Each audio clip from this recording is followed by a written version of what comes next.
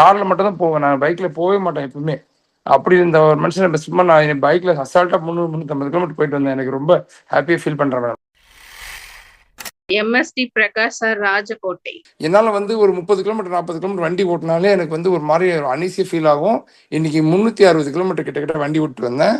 இன்னைக்கு மாடி வந்து பார்த்தீங்கன்னா கீழேருந்து மேலே ஏறுறதுக்கு மினிமம் வந்து எனக்கு ஒரு 7 to 10 மினிட்ஸ் பிடிக்கும். இப்போ ஒரு 2 நிமிஷம் 3 நிமிஷத்துல வந்து பார்த்தீங்கன்னா 4 அப்டில் வந்து பார்த்தீங்கன்னா ஏறுறேன். காரில் மட்டும் தான் போவேன், நான் பைக்கில் போகவே மாட்டேன் எப்பவுமே. அப்படி இருந்த ஒரு மனுஷன் சும்மா நான் என் பைக்கில் அசால்ட்டாக 300-350 கிலோமீட்டர் போயிட்டு வந்தேன். எனக்கு ரொம்ப ஹாப்பியாக ஃபீல் பண்ணுறேன் மேடம். என் ஒய்ஃபுக்கும் அதே மாதிரி தான். ரொம்ப வந்து பார்த்தீங்கன்னா ஒபிஸாக இருந்தாங்க, அவங்களும் வந்து நல்லா இருக்காங்க மேடம், நல்லா தூங்குறாங்க. இப்போது அவங்க மாமாவுக்கு சுகர் வந்து 380-400 கிட்ட இருந்துச்சு. இப்போ அவங்க சுகர் வந்து பார்த்தீங்கன்னா நம்பவே முடியலங்க. அவர் ரைஸு ஸ்வீட்டெல்லாம் வந்து அவாய்ட் பண்ணிட்டு இருந்தாலு இப்போ ரைஸு ஸ்வீட்டெல்லாம் வந்து பார்த்தீங்கன்னா எடுத்து சாப்பிட்ற அளவுக்கு வந்து பார்த்தீங்கன்னா ரெடி ஆகிட்டாரு. கிட்ட வித்தின் வந்து 1 மந்த் மேலே ஆகும் மேடம், ஒரு 35 days சம்திங் ஆகும். சுகர் வந்து லோ சுகர் ஆயிடுச்சு அவருக்கு. எப்படி சொல்றது, 120 வந்துருச்சு.